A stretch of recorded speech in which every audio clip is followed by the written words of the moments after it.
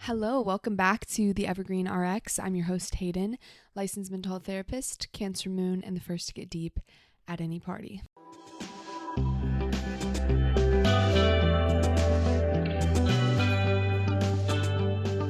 So this is another think piece, if I can call it that. This is a little exploration of a topic that has been on my mind recently, kind of like the AI episode I did lately, which if you haven't checked that one out, go ahead and do that after this episode. I'll have it linked below. Just sharing my thoughts on AI and how that influences our life, and kind of from like a therapy psychological lens, but also just ethical quandary and personal opinion kind of thing. And this is going to be in a similar vein because it's a topic that has just really been on my mind so much that I felt like if I'm interested in it, you guys might be too. If you're new here, you're just now catching on. That's kind of how I've been deciding episodes lately. It's the same kind of intention with the Dear Evergreen episodes when I get questions from you guys.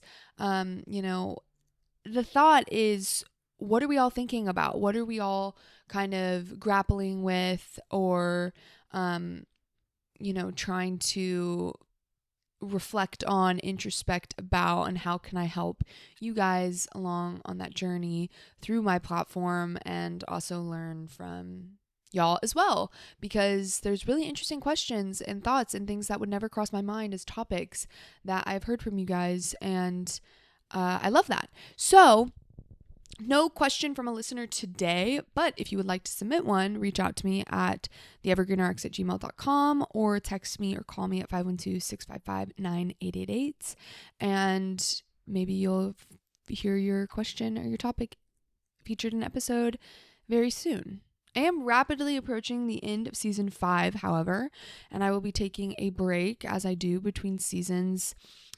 This break is a little bit undetermined. I'm not exactly sure when the pod will be coming back, but it will be coming back. Don't you worry. I will be ending the season on 99 episodes.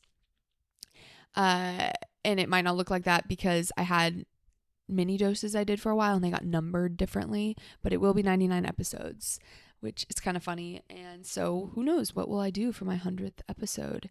But just be sure to follow so you don't miss it, and you'll get notified when I do upload. And obviously over on my socials at the Evergreen RX, you can keep up with me there as well. And then you will know when I post, which is great. So I'm talking about a concept today called moral grandstanding. I'm not even sure where I learned about this concept, when this word kind of came into my lexicon. I wish I did know, because it seems kind of specific. And as I was doing research for this episode, there's not a ton of conversation online about moral grandstanding and kind of its role in the modern digital social media age. Grandstanding is a concept that has been used heavily for a long time, but this new kind of usage, moral grandstanding, the way that plays into like performative activism and cancel culture, I don't see as much discourse about. So I'll do my best to kind of explain it and share my reflections and thoughts about how it works when it comes to cancel culture and social media kind of outrages, and maybe how that's affecting our ability to actually engage with the things that we care about in a meaningful way, or leading to that burnout that I think a lot of us are feeling through being online and having access to so much information, a lot of times really tragic, horrible information, stories of things that are happening around the world, or behaviors that certain individuals partake in, that can kind of lead to this overwhelming sense of outrage and burnout. So that's what I'll be talking about, but in no ways am I an expert on this topic, nor have I really gotten to fully flesh out my research or thoughts about it. In the past, that might have stopped me from making this episode. Like, it feels like such an important topic, and maybe one where I could misspeak or be misconstrued as like not believing that the things that are happening that people are outraged about are justified to be outraged about, which is not what I'm trying to say at all.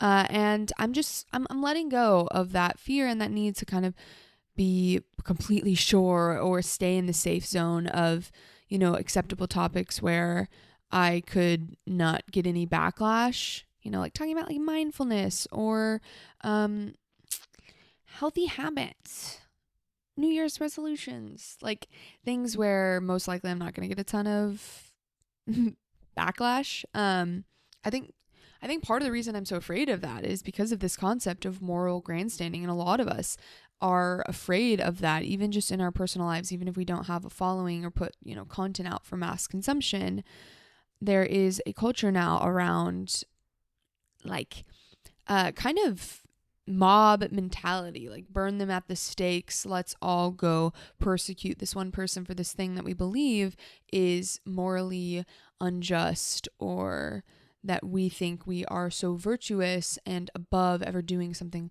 so appalling, or making such a claim that is so tone deaf as this person that we are persecuting. And define moral grandstanding. I found 2 different definitions online and decided to kind of take the parts that I liked the best to help understand this concept. So, moral grandstanding is the use of moral talk, public discussions, or social media posts to boost one's own reputation, status, or brand, rather than or in addition to a genuine care for a cause. It involves performing moral outrage or excessive virtue to impress peers, often appearing as a form of virtue signaling or performative activism. So, what is this saying? This is the idea of engaging in public discussion or discourse as a means to serve our own perception or brand or reputation, as this says, in a positive light, to be viewed as virtuous or morally sound by other people, and to kind of assert our view and our moral disposition onto others that we believe are wrong or corrupt for having a belief that is different from our own.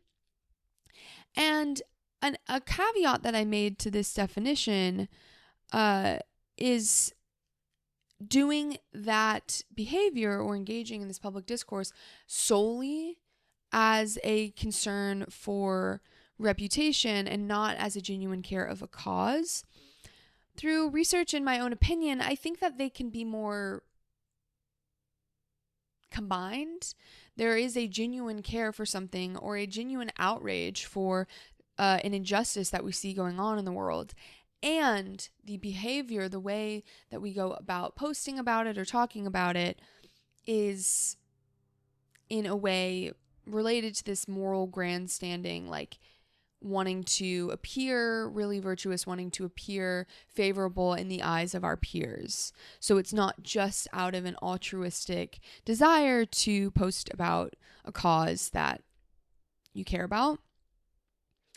And so I think the really important distinction here is it's not a problem about having morals or caring about the issues that we do or wanting to see our virtues reflected in the world around us. That is not really the problem. It's about how we go about doing that, the actions that are taken, like it says, an excessive show of virtue or moral outrage to kind of represent or project out into the world those moral beliefs.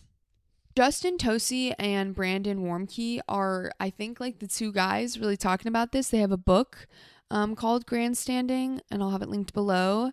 But a quote from them says, "To grandstand is to turn one's contribution to public discourse into a vanity project." So the goal with moral grandstanding, and a lot of this is unconscious, right? Like this is not usually a conscious project for people. Maybe if it's more like we're somewhere on the spectrum in the family of narcissistic behaviors. But obviously, most of us have some narcissistic behaviors or attributes, even though we're not narcissistic. So it's a spectrum, and it's not really, for most of us, I believe, an overt thing that we're doing. But as I'll get into later in the episode, it has negative consequences, this behavior of engaging in moral grandstanding. And the idea of talking about it or defining it, why I want to make an episode about it, is to bring some more awareness to this behavior. And I'll be honest, making this episode, I started typing some things out and looking at, there's like 5 different types of grandstanding that I'll get into. And I was like, oh my God, I do this. And is making this episode a version of moral grandstanding? Like, I'm teaching you guys about this thing that you shouldn't do because it has negative repercussions and is performative. Is that performative? Is that moral grandstanding? I'm really kind of like recognizing and bringing more awareness of this behavior even for myself.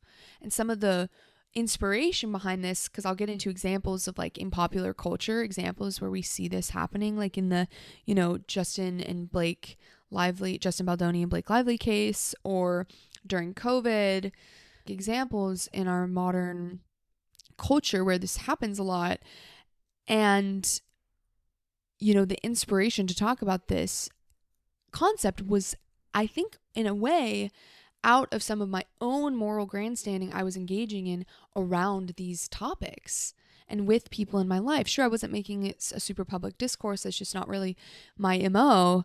But in relationships and people that I was engaging with that had different views, there was a part of me that felt kind of a moral hierarchy to them, because I felt like I was on the right side of the discourse and was outraged or couldn't believe that they would have a different view.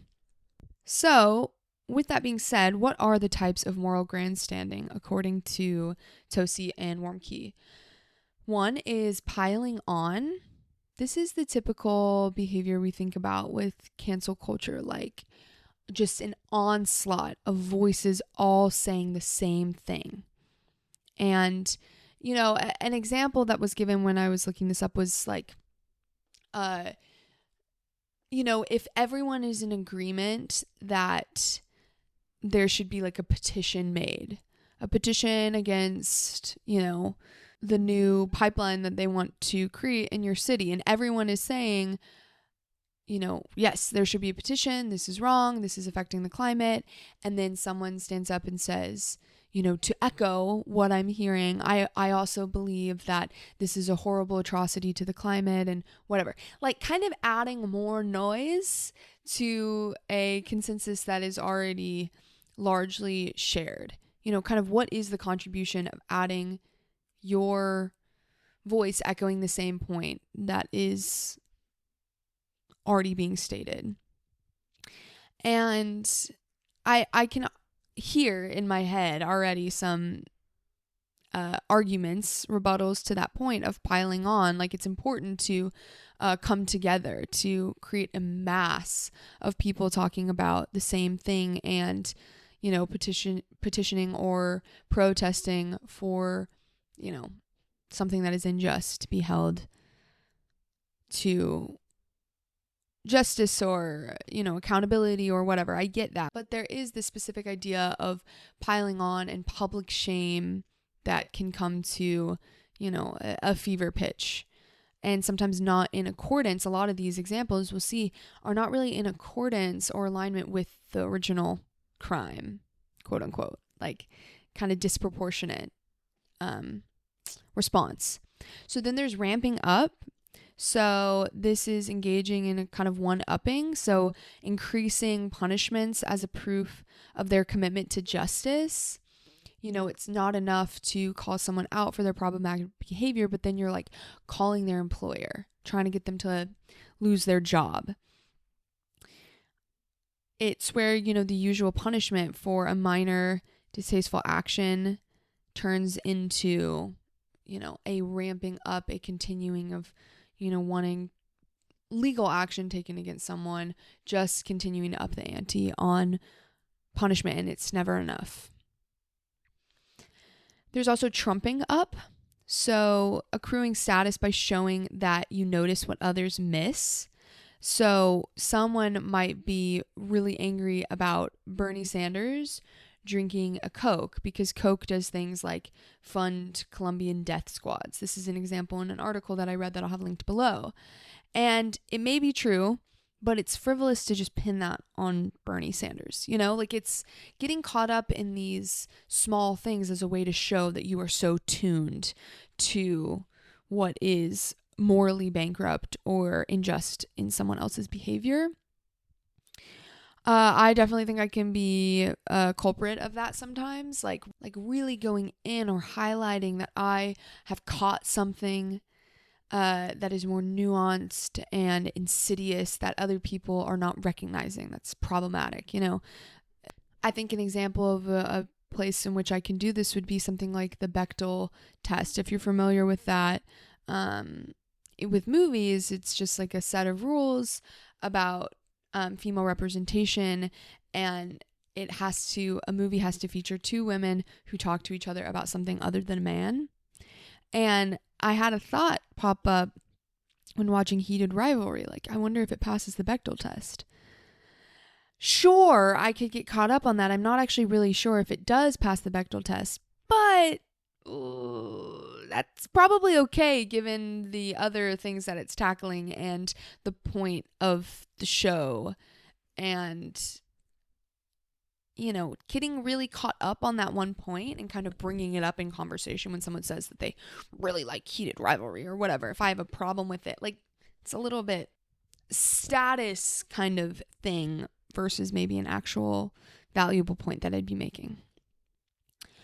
Another type of moral grandstanding is excessive emotional displays. So a lot of things that are happening in our world right now call for, an emotional reaction and display. Like, that is okay. There's a lot of horrible, devastating, heartbreaking things that are happening. But the idea of an excessive kind of outrage or emotional reaction that then gets put out either through writing or through talking into the public discourse, that's another sign of moral grandstanding. And the last one are claims of self-evidence. I also do this a lot. This is the point in the research where I was like, oh my God, wait, am I moral grandstanding? Like, is that what this podcast episode is? Like, the claims of self-evidence I could really relate to. Like, it's this kind of belief, like your position is the only logical one. Like, you can't believe that anyone would view the situation any differently. And this is used to make others feel wrong, not just immoral, but wrong. Like they have some kind of dumb opinion or viewpoint. And definitely when it comes to some pop culture issues, I can find myself feeling that and pulling, well, I'm a therapist and I know human behavior and can distinguish in some way right or wrong to a better degree and know who deserves empathy and when and how, and what situations are more clear cut on how it is racist or misogynistic to view things in a different light. An example would be like anyone with a heart would agree. Anyone that has any shred of empathy would agree.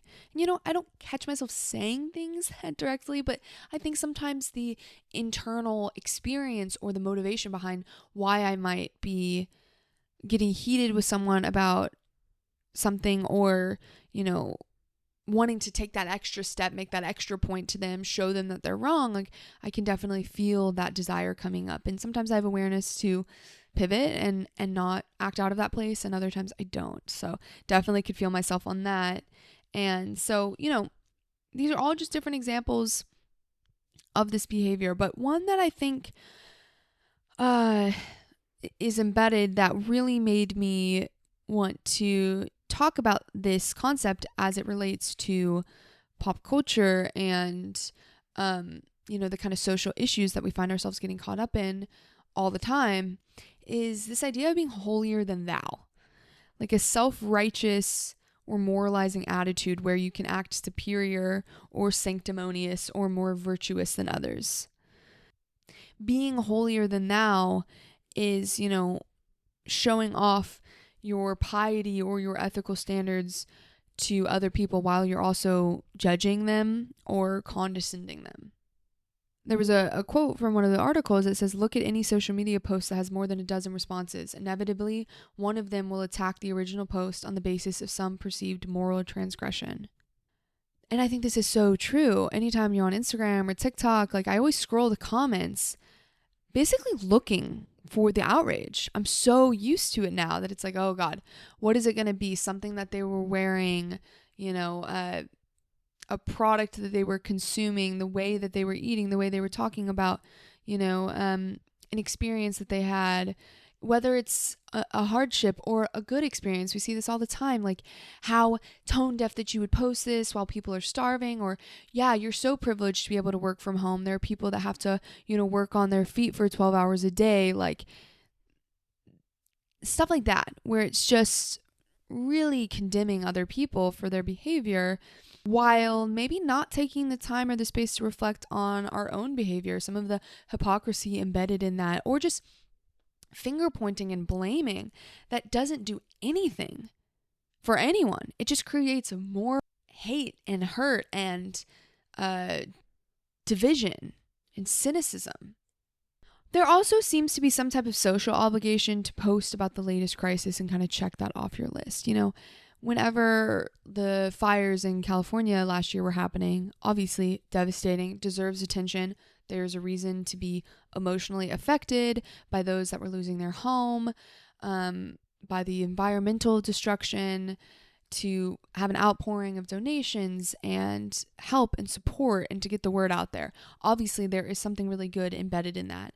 But then we see, people all posting kind of the same exact thing and saying the same words, using the same language. And sometimes I wonder, it's is this a checklist?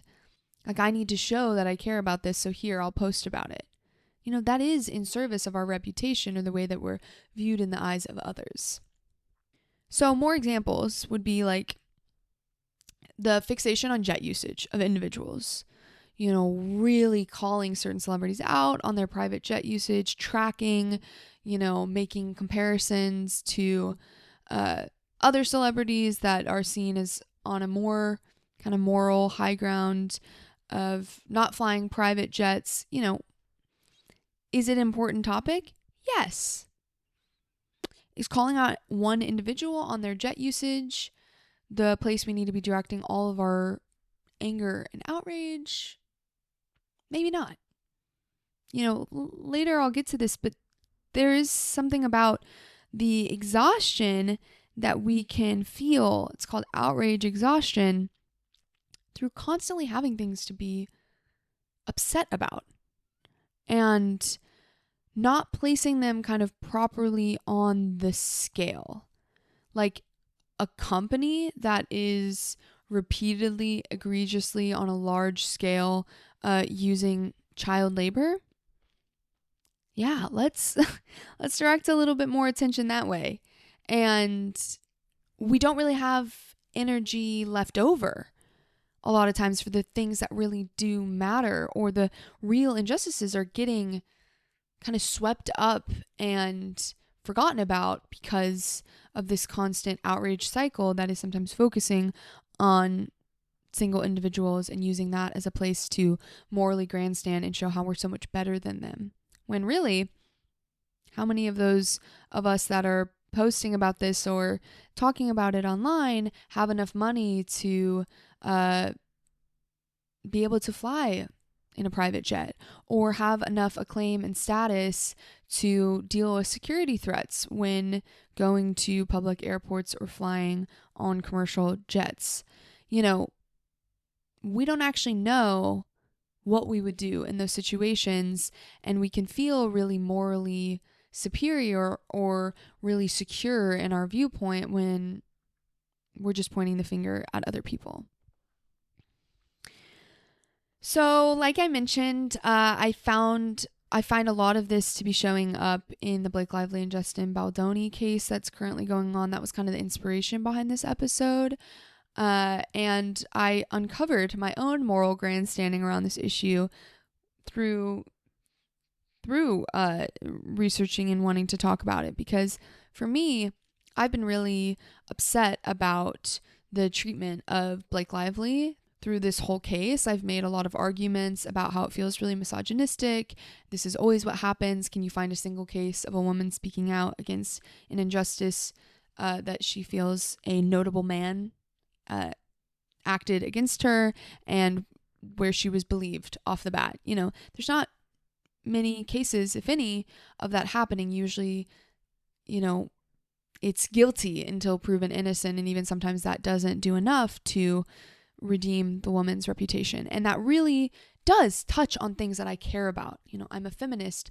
I get affected by these things. I hate seeing this mob mentality go after public figures for things that people just decide that they don't like about them, that Blake Lively is annoying or controlling, that she's like a bad hang. It's like, well, you know, to me, that doesn't really seem relevant in the case of sexual assault or harassment. It's like, it doesn't really matter whether you like her or not.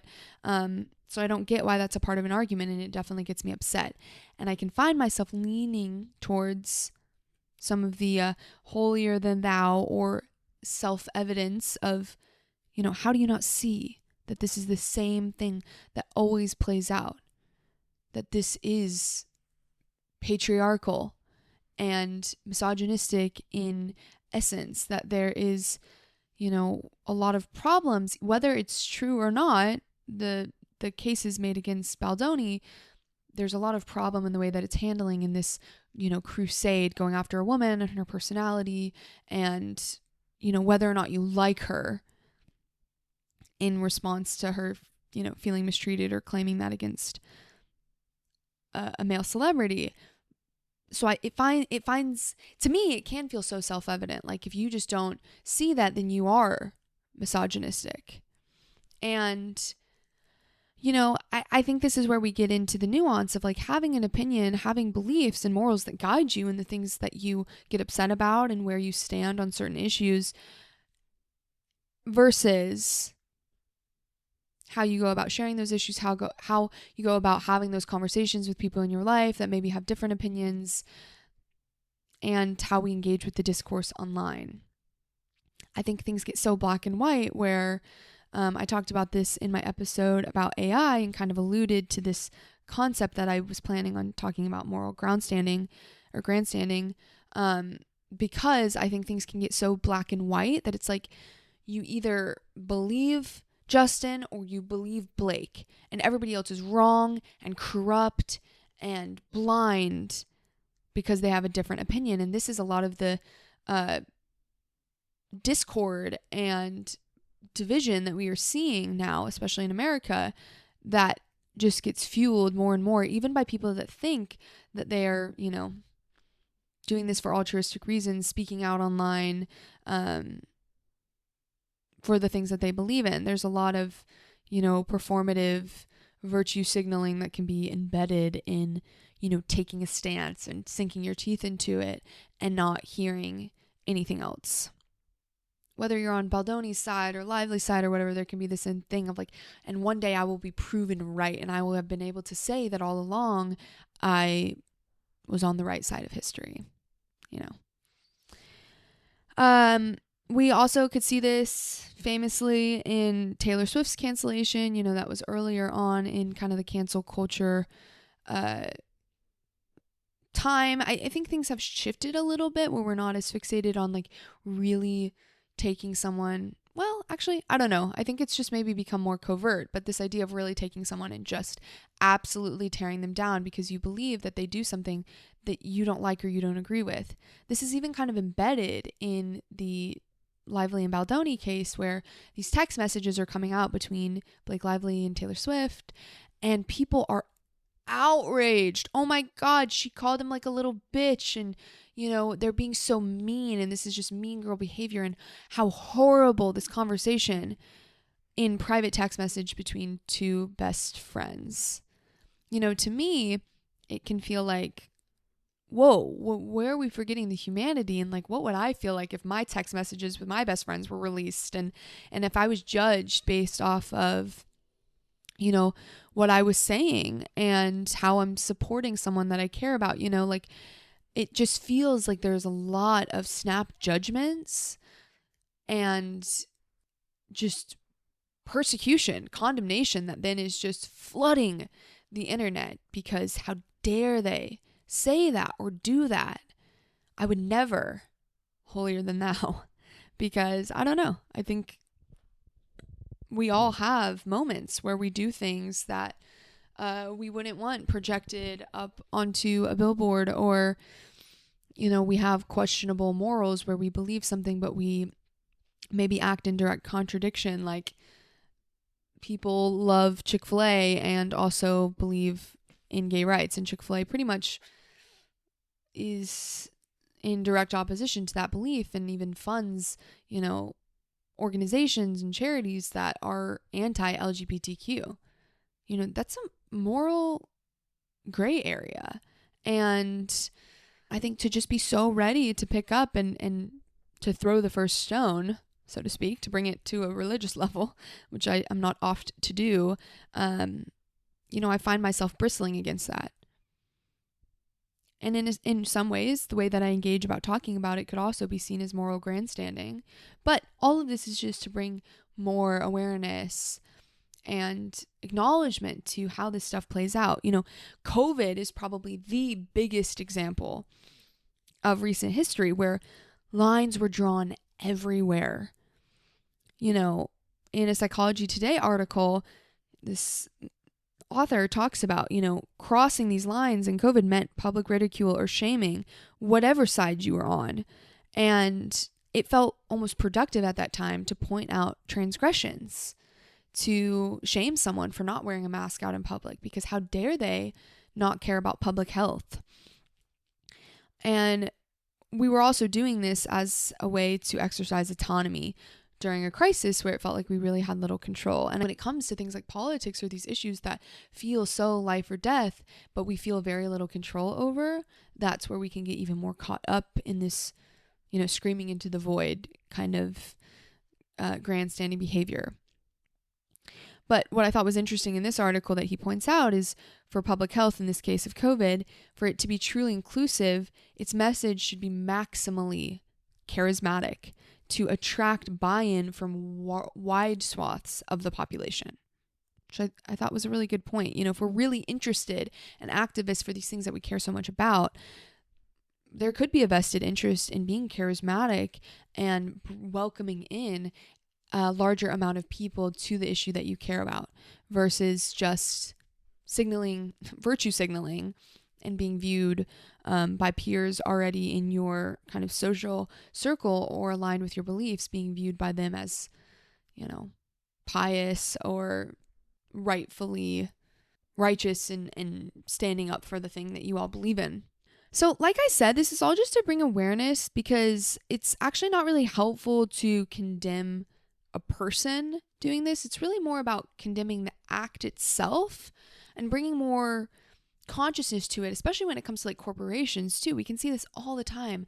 Corporations kind of using a virtual signaling thing to be like, look, over here, we do this, while also getting away with things that are problematic and do deserve to be called out. And that brings me back to that point of, you know, this outrage exhaustion really drawing attention away from real injustices when they're occurring.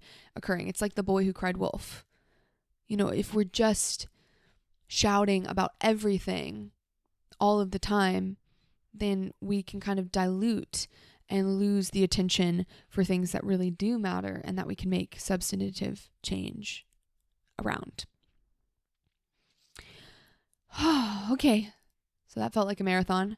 I hope I'm making sense. If you have some reflections or thoughts or questions that pop up around this, or, you know, your own things that you would add, please feel free, leave them in the comments below this episode, whether you're watching on YouTube or listening on your favorite podcast platform. I would love to hear from you and share your thoughts with me. This is an evolving topic. Like I said, I don't think I have all the information or even the right ways to articulate all of it, but I wanted to at least try and see what you guys think as well, so we can continue to learn from each other around these really kind of deep, specific, nuanced concepts. And, I think it all ties back to our psychology, our mental health, the way that we interact with the world, the way that we can critically interact with tech and social media and these things that are just more and more becoming intertwined with our everyday, our every moment almost. And to ignore that feels to do a disservice. And if you don't agree with me, you're wrong. Anyway, thank you guys so much for listening, following along so that you never miss an episode. I post every Wednesday, except for when I'm on break. And please send this to a friend that you think might like it. Spark up a conversation with them. And if you really enjoyed it and you would like to take 2 seconds to leave me a 5-star review, that would be wonderful and very helpful and much appreciated. So thanks so much for being here, guys, and I'll catch you next Wednesday. Bye.